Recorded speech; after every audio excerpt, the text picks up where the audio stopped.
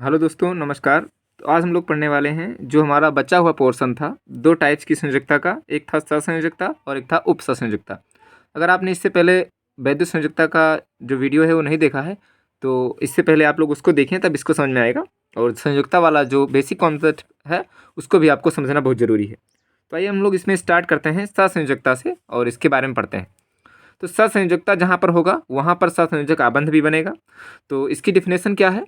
इसमें लिखा हुआ है, जब परमाणुओं के मध्य इलेक्ट्रॉनों की बराबर की साझेदारी द्वारा जो बंध बने तो उन्हें हम लोग क्या कहते हैं? सहसंयोजक आबंध कहते हैं। यानी दोनों परमाणुओं को इलेक्ट्रॉनों की आवश्यकता होगी तभी वो बॉन्ड बनाएंगे। बॉन्ड तभी बनाते हैं जब किसी को इलेक्ट्रॉन की आवश्यकता हो या इलेक्ट्रॉन अधिकता हो। तो यहाँ पर दोनों परमाणुओं को इलेक्ट्रॉन की आवश्यकता होती है। ऐसे में जो इलेक्ट्रॉनों की साझेदारी होगी, यानी एक परमाणु इलेक्ट्रॉन लेगा और दूसरा देगा और दूसरा इलेक्ट्रॉन भी लेगा और देगा, तो दोनों परमाणु आपस में साझेदारी करते हैं। तो ऐसे जो बॉन्ड बनेगा उसको हम बोलेंगे वैद्युत संयोजक आबंध, सहसंयोजक आबंध। वैद्युत संयोजक आबंध तो इससे पहले पढ़ चुके हैं। सहसंयोजक आबंध इसे कहते हैं जब बराबर की साझेदारी हो। इसमें जनरली होगा क्या, ये देखें। जैसे कि हाइड्रोजन का उदाहरण हम लोग लेते हैं और लिख दिया H2, हाइड्रोजन गैस, ये एक अणु है। इनके दो परमाणु, एक है हाइड्रोजन और दूसरा भी हाइड्रोजन, ये मिलेंगे आपस में। और मिलने से ये चीज़ हमने बिंदु द्वारा दर्शा दी है। इसका अंतिम कक्षा का इलेक्ट्रॉन है, ये भी इसका अंतिम कक्षा का इलेक्ट्रॉन है। अब इसको क्या चाहिए? अपनी अंतिम कक्षा पूरा करने के लिए दो इलेक्ट्रॉन चाहिए, क्योंकि ये अष्टक नहीं बल्कि डुप्लेट अपना पूरा करता है। यानी अंतिम कक्षा में दो इलेक्ट्रॉन इसके हो जाएंगे तो हीलियम की अवस्था प्राप्त कर लेगा। वैसे यहाँ पर भी ये हाइड्रोजन एक इलेक्ट्रॉन और इसको मिल जाए तो इसका भी डुप्लेट कंप्लीट हो जाएगा, यानी हीलियम की अवस्था प्राप्त हो जाएगी, तो ये अस्थाई हो जाएगा। सारे परमाणु यही काम करते हैं, अस्थाई होना चाहते हैं। तो क्या करेगा कि ये हीलियम की अवस्था प्राप्त करने के लिए ये वाला जो हाइड्रोजन है, हम लोग इसको थोड़ा सा डिफरेंट पेन से लिख देते हैं, इस इलेक्ट्रॉन को अपनी ओर खींचना चाहेगा तो ये इस इलेक्ट्रॉन को इस तरह से इससे साझा कर लेगा। अब इसके दो इलेक्ट्रॉन हो गए, इस इलेक्ट्रॉन को ले लेगा। इसको भी एक इलेक्ट्रॉन चाहिए तो ये भी एक इस इलेक्ट्रॉन को इस तरह से साझा कर लेगा। तो इस तरह से हम देखते हैं कि इन दोनों में इलेक्ट्रॉनों की बराबर की साझेदारी हुई है। इस बराबर की साझेदारी को ही बोलते हैं सहसंयोजकता।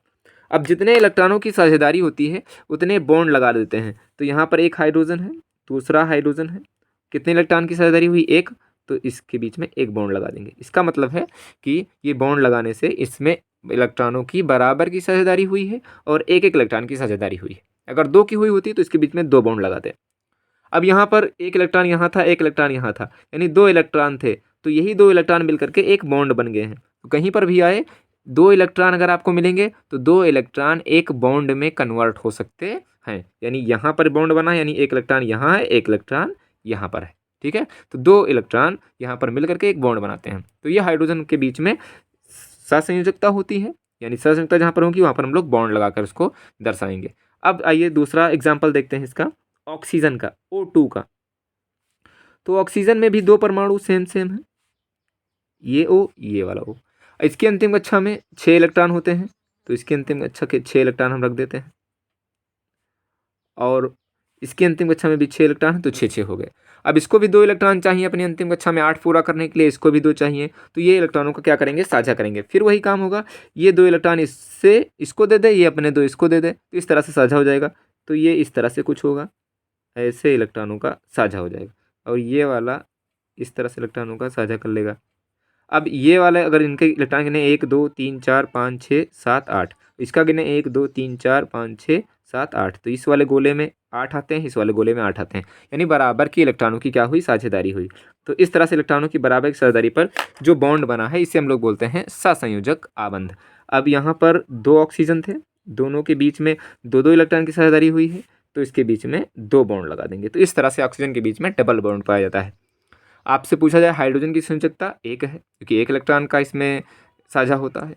ऑक्सीजन की संयोजकता दो है क्योंकि ये दो ही इलेक्ट्रॉन का साझा करता है। तो इस तरह से आप इसकी संयोजकता भी समझ सकते हैं, आगे काम आएगी। यानी हाइड्रोजन के साथ में आप दो एक से ज़्यादा बॉन्ड नहीं लगा सकते हैं कि एक इधर बॉन्ड लगा करके ऑक्सीजन जोड़ दें, ऐसा नहीं हो सकता है। और ऑक्सीजन के साथ में एक परमाणु सिर्फ दो ही बॉन्ड लेगा। अगर उससे ज़्यादा ले रहा है तो कहीं ना कहीं वहाँ पर अस्थायी यौगिक बनेगा, यानी कुछ समय के बाद, थोड़े समय के लिए रहेगा फिर टूट जाएगा वो बॉन्ड। तो ये अस्थायी है, लेकिन यानी O2 जो बनेगा वो एक अस्थायी यौगिक है जो एग्जिस्ट करेगा, जो गैस होती भी है। अब इसी चीज़ को हम लोग आगे समझते हैं नाइट्रोजन में। ये नाइट्रोजन गैस है, नाइट्रोजन गैस कैसे बनी है? दो सेम परमाणु हैं, ये 2 इलेक्ट्रॉन और ये 3 इलेक्ट्रॉन अंतिम कक्षा में, 5 इलेक्ट्रॉन हो जाएंगे इसके, क्योंकि इसका कुल मिलाकर नाइट्रोजन का 7 होता है, पहली कक्षा में 2 और दूसरी कक्षा में 5, 5 2 7 हो गए। फिर अगला नाइट्रोजन यहाँ पर 1 2 3 और उसी तरीके से ये वाला इलेक्ट्रॉन नहीं, ये थोड़ा सा खिंच गया है तो इसको मैं कट कर दे रहा हूँ। यहाँ पर ये जो इलेक्ट्रॉन है ये इसके अंतिम कक्षा में 5, इसके अंतिम कक्षा में 5, इसको 8 चाहिए, इसको भी 8 चाहिए, तो 3 3 का साझा करेगा, तो 3 इसके कम है, 3 इसके कम है, तो फिर उसी तरह से हो जाएगा जैसे ऊपर हुआ है, इस तरह से बॉन्ड बन जाएगा और इस बॉन्ड को हम लोग बोलेंगे सहसंयोजक बॉन्ड यानी सहसंयोजकता। यहाँ पर थोड़ा सा ऊपर कर दूँ मैं, यहाँ पर ये हो जाएगा N और N, और एन के बीच में कितने इलेक्ट्रॉनिक साझेदारी हुई है? 1 2 3 1 2 3, तो यहाँ पर 3 बॉन्ड लग जाएंगे। अब हमने बताया था एक इलेक्ट्रॉन इधर का, एक इलेक्ट्रॉन इधर का, 2 इलेक्ट्रॉन आपस में बॉन्ड में कन्वर्ट हो सकते हैं, तो ये कन्वर्ट हो गया, ये वाला ये बॉन्ड में कन्वर्ट हो गया, ये वाला बॉन्ड में कन्वर्ट हो गया, तो यहाँ पर 6 इलेक्ट्रॉन हैं। और यहाँ पर ऑक्सीजन में आप देख सकते हैं, अगर इसको लगाना चाहें तो ये इलेक्ट्रॉन बच गए हैं नाइट्रोजन के, यहाँ पर नाइट्रोजन के ये 2 इलेक्ट्रॉन बच गए हैं, ऑक्सीजन के यहाँ पर 2 इलेक्ट्रॉन, आप इसको ऐसे दर्शा सकते हैं, बचे वाले इलेक्ट्रॉन आगे आप थोड़ा सा विस्तृत पढ़ेंगे तो इसको दिखाएंगे भी, इसको के बारे में पढ़ना भी है। इस इलेक्ट्रॉन को बोलते हैं आप अनाबंधी इलेक्ट्रॉन, यानी जो आबंध में भाग नहीं लिए हैं। और इस इलेक्ट्रॉन को या फिर इसको एक जोड़े को बोलते हैं लोन पेयर, तो ये पेयर है यानी जोड़ा है, लोन माने अकेला होता है, पेयर माने जोड़ा, तो ये नाइट्रोजन का एक लोन पेयर है, ये वाला भी लोन पेयर है, इसको हिंदी में कहते हैं एकाकी युग्म, तो ये है लोन पेयर, लोन पेयर या हिंदी में कहते हैं एकाकी युग्म, युग्म माने होता है जोड़ा। ठीक है, तो इस चीज़ को आपको आगे समझना है, इस चीज़ को धीरे धीरे आप पढ़ते जाएंगे तो समझ में आता जाएगा। अब यहाँ पर आपको समझ में आया होगा कि किस तरह से बॉन्ड बनता है और किस तरह से उनके बीच में बॉन्ड लगाया जाता है, उसका मतलब क्या होता है। आइए हम लोग थोड़ा सा आगे बढ़ते हैं। दूसरा एग्जाम्पल लेते हैं हम मेथेन का, CH4। अब CH4 में कार्बन जो है उसकी संयोजकता 4 होती है। आपको ये चीज़ तो रटनी ही कि कार्बन अधिकतम बॉन्ड बना सकता है 4, और यानी इसके कार्बन को अगर देखें तो यहाँ कार्बन लिखेंगे और फिर 4 हाइड्रोजन है, तो इसी के चारों ओर हम लोग हाइड्रोजन को दर्शा देंगे, कार्बन के चारों ओर हाइड्रोजन को दर्शाते हैं इस तरह से, इस तरह से और इस तरह से, और इसको थोड़ा से हम लोग डार्क कर देते हैं। अब इसकी अंतिम कक्षा में 1 इलेक्ट्रॉन है, इसकी भी अंतिम कक्षा में 1 है, इसकी भी अंतिम कक्षा में 1 है, इसकी अंतिम कक्षा में 1 है। जो रेड वाले हैं वो किसके इलेक्ट्रॉन हैं? हाइड्रोजन के इलेक्ट्रॉन हैं। कार्बन के अंतिम कक्षा में 4 इलेक्ट्रॉन होते हैं, जो ग्रीन वाले हैं वो इलेक्ट्रॉन हैं कार्बन के। अब देखें कार्बन के किस तरह से अंतिम कक्षा में इलेक्ट्रॉन 4 हैं, वो कार्बन का कुल मिलाकर के 6 होता है इलेक्ट्रॉन, यानी परमाणु क्रमांक, और जितने परमाणु क्रमांक उतने ही इलेक्ट्रॉन। तो पहली कक्षा में 2 हो गए, दूसरी कक्षा में 4 बचे, यानी अंतिम कक्षा में 4 लेने के लिए, 8 करने के लिए इसको 4 चाहिए। तो 4 हाइड्रोजन है, एक एक क्या करेंगे, इससे साझा कर लेंगे। ये अगर इससे साझा करता है, ये अगर इस तरह से साझा होता है तो इसके 2 हो गए हाइड्रोजन के, ठीक है, इसका काम बन गया। इस हाइड्रोजन के भी 2 हो गए, इसका काम बन गया। इस हाइड्रोजन के 2 हो गए, इसका भी काम बन गया। और इस हाइड्रोजन के भी 2 हो गए, इसका भी काम बन गया। अब कार्बन ने एक एक इलेक्ट्रॉन दे दिया, अब कार्बन क्या करेगा, चारों से इस तरह से अपना एक एक इलेक्ट्रॉन ले लेगा। तो चारों से एक लेगा तो इसका भी एक बॉन्ड कंप्लीट हो जाएगा, यानी 8 इसके भी हो जाएंगे। तो इस तरह से जो बनेगा वो बनेगा सहसंयोजी आबंध या सहसंयोजकता, क्योंकि बराबर की साझेदारी हुई है। तो ये वाला एक इलेक्ट्रॉन ये बॉन्ड बन सकता है, ये वाला बॉन्ड बन सकता है। मैंने बताया था 2 इलेक्ट्रॉन आपस में बॉन्ड बना सकते हैं, 2 इलेक्ट्रॉन कहीं पर है तो बॉन्ड में कन्वर्ट हो सकते हैं। इस चीज़ को आप ले सकते हैं C, 1 2 3 4, इधर हाइड्रोजन, इधर हाइड्रोजन, इधर हाइड्रोजन और इधर हाइड्रोजन। तो इस तरह से ये मीथेन की संरचना आपको बनाना है तो आप इस तरह से बना सकते हैं, यानी कार्बन की संयोजकता 4। अब अगर आपको 4 बॉन्ड लगाना, कार्बन के साथ में कहीं बॉन्ड लगाना है तो 4 से ज़्यादा कार्बन के पास में बॉन्ड नहीं लगेंगे, क्योंकि कार्बन अधिकतम इलेक्ट्रॉन का साझा कर सकता है 4 का। अगर कार्बन की और दिखाना है आपको संयोजकता तो मैं बता रहा हूँ, C2 और H4 में दिखा सकते हैं। C2H4 ये क्या है, ये ईथेन है। अब ईथेन में देखें आप कैसे बनेगा, 2 कार्बन है तो आप 2 कार्बन लिख लें सबसे पहले, तो ये हो गए 2 कार्बन, एक यहाँ, एक यहाँ। अब हाइड्रोजन 4 हैं, तो एक इसके साथ में, एक इसके साथ में, एक इसके साथ में और एक इसके साथ में, दो दो हो जाएंगे। तो यहाँ पर हाइड्रोजन आ जाएगा, यहाँ पर हाइड्रोजन आ जाएगा, यहाँ पर हाइड्रोजन आ जाएगा, यहाँ पर हाइड्रोजन। मैंने डायरेक्ट क्यों बॉन्ड लगा दिया? क्योंकि इसके अंतिम कक्षा में 4 इलेक्ट्रॉन होंगे ही होंगे कार्बन के। तो दो, एक इधर से, एक इधर से साझा हो गया है। और अभी करते ही जैसे यहाँ पर इलेक्ट्रॉन का साझा हुआ है, वैसे यहाँ पर भी डायरेक्ट हमने कर दिया इस चीज़ को। और 2 इलेक्ट्रॉन इसके बच गए, क्योंकि एक यहाँ से, एक यहाँ से इसका साझा हो गया है। ये आपस में साझा हो जाएगा, तो 2 इलेक्ट्रॉन है, ये बॉन्ड बना लेंगे। इस तरह से आप समझे, धीरे धीरे चीज़ को थोड़ा सा पूरा बेसिक नहीं, धीरे धीरे एडवांस लेवल पढ़ते जाएं। तो ये बॉन्ड बनेगा, इस तरह से बन जाएगा। यानी इस चीज़ को आप लिखना चाहें तो C डबल बॉन्ड H2 और H2, इस तरह से। आप CH2, इसको CH2 इस तरह से भी लिख सकते हैं, CH2 और डबल बॉन्ड CH2, ये ईथेन हुआ। तो इस तरह से आप इसको एथिलीन गैस भी कहते हैं। तो इनके बीच में डबल बॉन्ड है, इसका मतलब है 2-2 बॉन्ड। अब देखो कार्बन के कितने बॉन्ड हैं? 1 2 3 4, इसके 4 हैं, 4 से ज़्यादा नहीं हो सकते हैं। इसके 1 2 3 4, ठीक है। इस तरह से इसके बॉन्ड बन सकते हैं। जितने ज़्यादा हाइड्रोजन कम होते जाएंगे कार्बन से, उतने ज़्यादा उसके बॉन्ड बढ़ते जाएंगे। तो यहाँ पर देखो हाइड्रोजन एक कम हो गया था, यहाँ पर 3 थे, यहाँ पर 2 ही बचे, तो एक बॉन्ड इधर बढ़ गया। देखो एक और कम कर देंगे तो इसके बीच में 3 बॉन्ड हो जाएगा। इसका कम होगा तो इसका भी कम होगा। तो इस तरह से ये संयोजकता आपको समझ में आई होगी, सहसंयोजकता। और आगे थोड़ा सा देखते हैं इसके बारे में। अब हम लोग इनके गुण के बारे में देखते हैं कि सहसंयोजक आबंध जो होते हैं उनमें कौन कौन से गुण होते हैं। आइए आगे बढ़ते हैं और लिखते हैं गुण के बारे में। तो ये हैं सहसंयोगी के गुण, कौन कौन से हैं? तो सबसे पहला इसका गुण है, इससे पहले हम लोग देख रहे थे वैद्युत संयोजकता में कि एक धातु होता था और एक अधातु होता था। धातु क्या होता है? जो इलेक्ट्रॉन को देता है। अधातु क्या होता है? जो इलेक्ट्रॉन को लेता है। लेकिन इसमें तो दोनों को इलेक्ट्रॉनों की आवश्यकता है, यानी दोनों अधातु हैं। जो इलेक्ट्रॉन को कहीं से एक्सेप्ट करें, ग्रहण करें, उसे हम लोग अधातु कहते हैं। जो इलेक्ट्रॉनों को दें, डोनेट करें, त्याग करें, उसे धातु कहते हैं। जो इलेक्ट्रॉन को त्याग करेगा, धनायन बनाएगा, तो धनायन बनाने की प्रवृत्ति जो होती है वो धातु होते हैं। जो इलेक्ट्रॉन को एक्सेप्ट करेगा, ग्रहण करेगा, उसे अधातु कहते हैं। और वो अधातु जो होंगे वो इलेक्ट्रॉन को ग्रहण करेंगे, तो वो अधातुएं कहलाती हैं। अब यहाँ पर 2 इलेक्ट्रॉन देखो, कार्बन भी ले रहा है और हाइड्रोजन भी ले रहा है। यहाँ पर हमने देखा उस ऊपर कि ऑक्सीजन नाइट्रोजन था, इस नाइट्रोजन ने भी लिया है, इस नाइट्रोजन ने भी लिया है। तो इसमें क्या होता है कि दोनों बॉन्ड बनाने में अधातु ही भाग लेते हैं। तो इसमें कौन से यौगिक होते हैं? इसमें अधातुएं होती हैं। तो आप ये बात याद रखें कि इसमें अधातुओं के मध्य आबंध बनता है, मतलब अधिकतर इसमें अधातुएं होती हैं, क्योंकि धातु तो इलेक्ट्रॉन लेगा नहीं। तो इनमें आप लिख सकते हैं, इनमें अधातुओं के मध्य आबंध बनता है। ओके, अब नंबर 2 हम लोग लिखेंगे। अच्छा, इसमें अगर इनको जल में घोलेंगे तो जल में ये विलय नहीं होते हैं। जल में विलय क्यों नहीं होंगे? क्योंकि इसकी प्रकृति जो होती है वो ध्रुवीय नहीं होती है, मतलब ये आयनित नहीं होंगे।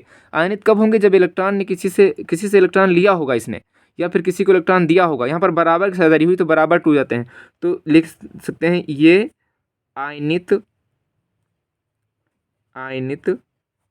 नहीं होते, या गलित अवस्था में कह सकते हैं ये आयनित नहीं होते हैं। जब आयनित नहीं होंगे तो ध्रुवीय नहीं होंगे, अतः लिख सकते हो इसका कारण, आयनित नहीं होंगे तो ध्रुवीय नहीं होंगे, इसलिए यानी अतः अध्रुवीय प्रकृति के होते हैं। और जो चीज़ अध्रुवीय है तो वो जल में घुलेगी, अध्रुवीय जल में नहीं घुलती है। अध्रुवीय प्रकृति, अतः अध्रुवीय प्रकृति के होते हैं। कौन अध्रुवीय प्रकृति का होगा? जो भी उपसंयोजक यौगिक होंगे, जिसमें उपसंयोजकता पाई जाएगी, जिसमें उपसंयोजक आबंध पाया जाएगा, होते हैं। तो नंबर 3 ले सकते हैं, अतः ये जल में क्या होंगे? अविलीय होंगे। अतः ये जल में अविलीय होते हैं। कार्बनिक पदार्थों में विलय होंगे। आगे धीरे धीरे आप पढ़ते जाएंगे, पहले बेसिक है, धीरे धीरे पढ़ते रहें, फिर आपको कॉन्सेप्ट क्लियर होता जाएगा और आप पढ़ते जाएंगे। और नंबर 4, इसमें अगर वैद्युत चालकता की बात करें तो ये वैद्युत के कुचालक होते हैं, क्योंकि सुचालक कब होगा? जब आयनित होंगे, और आयनित नहीं है तो कुचालक होंगे। तो ये वैद्युत के कुचालक होते हैं। तो ये वैद्युत के कुचालक होते हैं।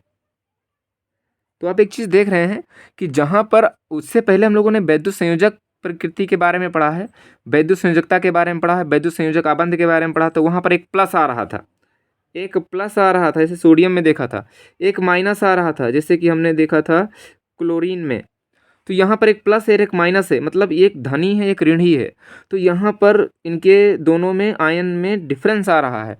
तो आयन में डिफरेंस होने से ये जल में घुल जा रहे हैं, यानी जिसकी प्रकृति ज़्यादा आयनित है, एक प्लस और माइनस में जितना ज़्यादा डिफरेंस है वो जल में घुल जा रहे हैं। लेकिन जिसमें धीरे धीरे इनकी अगर ये भी माइनस होता जाए और इसके बराबर माइनस हो जाए, तो ये इन दोनों में क्या होगा, फिर आयनिक गुण धीरे धीरे कम होगा, और आयनिक गुण कम होने से वो जल में विलय नहीं होंगे। इसका मतलब है जल में वो चीज़ ज़्यादा विलय होगी जो ज़्यादा आयनित होगी। अच्छा, जब ये आयनित अवस्था में नहीं होगा तो ससंयोजक अवस्था में होगा, तो इनका जो बॉन्ड होगा वो कमज़ोर होगा, यानी बॉन्ड कमज़ोर होगा तो इनको गलाने के लिए हमको कम एनर्जी की आवश्यकता होगी। तो इनकी अगर अवस्था देखी जाए तो ये ठोस, द्रव और गैस तीनों अवस्थाओं में होते हैं। तो लिखेंगे ये ठोस, द्रव व गैस तीनों अवस्थाओं में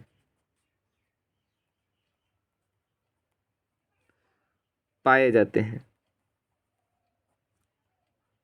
तो ये तीनों अवस्थाओं में पाए जाएंगे, ठोस, द्रव और गैस में। जैसे कि आयोडीन, आयोडीन के बीच में सिंगल सिंगल बॉन्ड होता है आई और आई का, और ये ठोस अवस्था में पाई जाती है आयोडीन।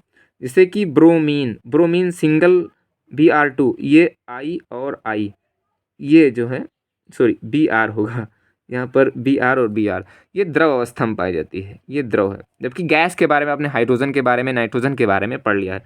एकमात्र अगर धातु की बात की जाए जो द्रव अवस्था में पाई जाती है, उसको आप जानते हैं, यही है ब्रोमीन।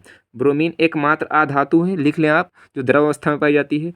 ठोस कौन सी है जो द्रव अवस्था में पाई जाती है, आप इसको कमेंट में बता सकते हैं कि कौन सी ऐसी धातु है जो ठोस अवस्था में, सॉरी, सामान्य ताप पर द्रव अवस्था में पाई जाती है। तो कौन सी ऐसी धातु है जो सामान्य ताप पर द्रव अवस्था में पाई जाती है? अधातु तो ब्रोमीन होती है।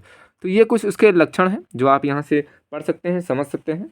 और इसके बाद में हम लोग पढ़ते हैं वैद्युत संयोजकता के बाद, इस संयोजकता हो गई। अब उप संयोजकता के बारे में छोटा सा कॉन्सेप्ट है, इसी में क्लियर कर दे रहे हैं।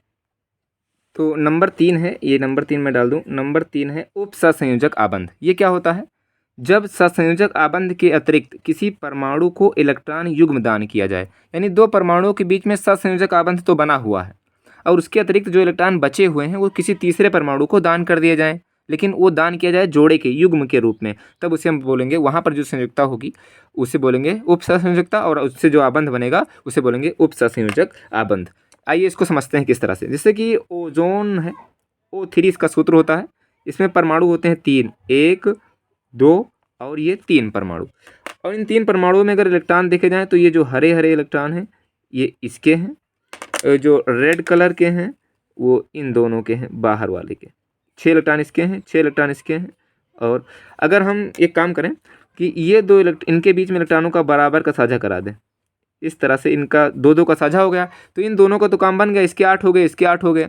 और साझे के जो इलेक्ट्रॉन हैं ये वाले बन जाएंगे, ये वाले इलेक्ट्रॉन ये साझे के इलेक्ट्रॉन है। अब ये तो ऐसे ही बच गया है, तो अब फिर O3 कैसे बना? जब इसका बीच में बॉन्ड नहीं बना तो इसके अट्रैक्शन इसका कैसे, इस तरह से O3 कैसे आया?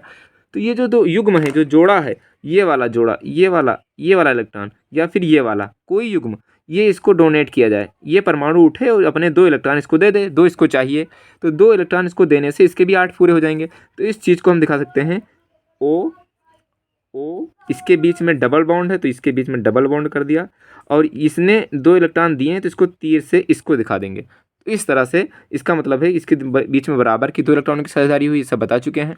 और ये तीर लगा है, इसका मतलब है 2 इलेक्ट्रॉन इसको दिए गए हैं, युग्म दान किया गया है। और इस चीज़ को जो तीर के द्वारा दर्शाते हैं, इसी चीज़ को हम लोग उप सहसंयोजकता कहते हैं, यानी इस बॉन्ड को बोलेंगे उप सहसंयोजक बॉन्ड या आबंध। उप संयोजक आबंध वहाँ पर होगा जहाँ पर किसी परमाणु को 2 इलेक्ट्रॉन या युग्म जिसे कहते हैं दान किए जाएं। इस चीज़ को आगे एक और एग्जाम्पल से समझते हैं। जैसे यहाँ पर है SO3, sulphur trioxide. Sulphur trioxide को अगर हम लिखना चाहें तो यहाँ पर लिख दें S, एक O इधर और एक O इधर। अब यहाँ पर क्या है कि सल्फर की अंतिम कक्षा में 6 इलेक्ट्रॉन हैं, ऑक्सीजन की अंतिम कक्षा में 6 इलेक्ट्रॉन हैं, तो इन सबको मैंने दिखा दिया। अब ये क्या करे, ये वाला सल्फर इस वाले ऑक्सीजन से 2-2 इलेक्ट्रॉन का साझा कर ले और इस तरह साझा करने से इसके और इसके बीच में बॉन्ड बन गया। अब इसके बीच में जब बॉन्ड बन गया है तो ये वाला ऑक्सीजन ऐसे ही रह जाएगा। या तो ऑक्सीजन दे सकता है इसको 2 इलेक्ट्रॉन, या तो सल्फर भी दे सकता है, कोई भी दे सकता है, ये नहीं कि सिर्फ और इसके पास वाला ही दे, दोनों बन सकता है। तो यहाँ पर इस चीज़ को हम लोग ऐसे दर्शा सकते हैं कि ये 2 इलेक्ट्रॉन इसको ऐसे डोनेट कर दिया जाए। तो ये जो बनेगा स्ट्रक्चर वो बनेगा O और S के बीच में डबल बॉन्ड और S ने इसको ऐसे डोनेट किया है, इस तरह से ये बॉन्ड बन जाएगा। तो इसे बोलेंगे उपसंयोजक आबंध, ये है सहसंयोजक आबंध। तो देखो सहसंयोजक बॉन्ड बनने के अतिरिक्त ये वाला इलेक्ट्रॉन, बचा हुआ इलेक्ट्रॉन इसको डोनेट किया गया है। ये वाला इलेक्ट्रॉन नहीं डोनेट कर सकते हो, ये वाला, क्यों? क्योंकि ये तो इसके बीच में बॉन्ड बनाने में साझा हो गया है, इसे बोलते हैं आबंधी इलेक्ट्रॉन। और ये जो बाहर इलेक्ट्रॉन है इसे बोलते हैं संयोजी इलेक्ट्रॉन। और ये जो बचे हुए 4 इलेक्ट्रॉन हैं, 4 इसके बचे हुए इलेक्ट्रॉन हैं, इसे बोलते हैं अनाबंधी इलेक्ट्रॉन। तो अनाबंधी इलेक्ट्रॉन ही डोनेट किए जा सकते हैं, ये आपको ध्यान में रहे। तो यहाँ पर इसको डोनेट कर दिया गया। इसका दूसरा स्ट्रक्चर आप इस तरह से भी बना सकते हैं। इसका कैसे बनेगा, ऑक्सीजन और सल्फर के बीच में ये डबल बॉन्ड, या ऑक्सीजन ऑक्सीजन के बीच में डबल बॉन्ड कर दें, ये ऑक्सीजन है और ये ऑक्सीजन, इसके बीच में डबल बॉन्ड कर दो, ये ऑक्सीजन इस सल्फर को दे दे 2 इलेक्ट्रॉन।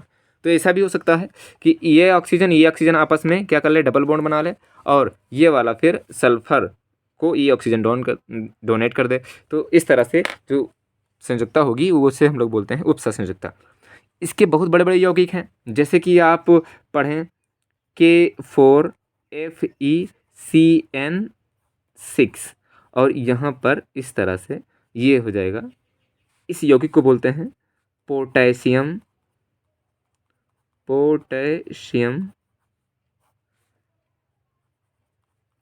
फेरोसाइनाइड, पोटेशियम फेरोसाइनाइड, ये पोटेशियम फेरोसाइनाइड है। इस यौगिक को जटिल यौगिक भी कहते हैं, संकर लवण भी कहते हैं। ये एक प्रकार का संकर लवण है या जटिल लवण भी होता है। तो जितने भी जटिल लवण या संकर यौगिक होते हैं वो उपसंयोजक यौगिक होते हैं, क्योंकि इसमें ये है एक केंद्रीय धातु परमाणु। यहाँ पर आगे क्लास 12th में एक चैप्टर है, आप उसके बारे में पढ़ेंगे। ये जो है ये इसको डोनेट कर रहा है अपने इलेक्ट्रॉन। तो यहाँ पर युग्मदान किए जा रहे हैं इस CN के द्वारा, किसको, Fe को। तो यहाँ पर उपसंयोजकता है, ठीक है। तो आपसे अगर यहाँ का बाय द वे पूछ लिया जाए कि इसमें कौन सी संयोजकता है, तो उपसंयोजकता पाई जाती है। जटिल लवण क्या होते हैं, अगर इनको जल में घोलोगे तो सिर्फ K4 अलग होगा, ये वाला अलग होगा, इसके अंदर का पार्ट नहीं टूटेगा जो बड़े ब्रैकेट के अंदर लिखा हुआ है। इसीलिए इस बड़े ब्रैकेट के अंदर के पार्ट को संकर आयन कहते हैं, क्योंकि आयन अलग होगा, ठीक है। तो इस तरह से आई होप आपको ये वीडियो समझ में आई होगी, आपने पढ़ा होगा। अच्छा लग रहा है तो हमारे साथ जुड़े रहें, सुझाव दे सकते हैं। अगर आप कोई गलती पा रहे हैं तो बता सकते हैं हमें। हमारे साथ जुड़ने के लिए धन्यवाद।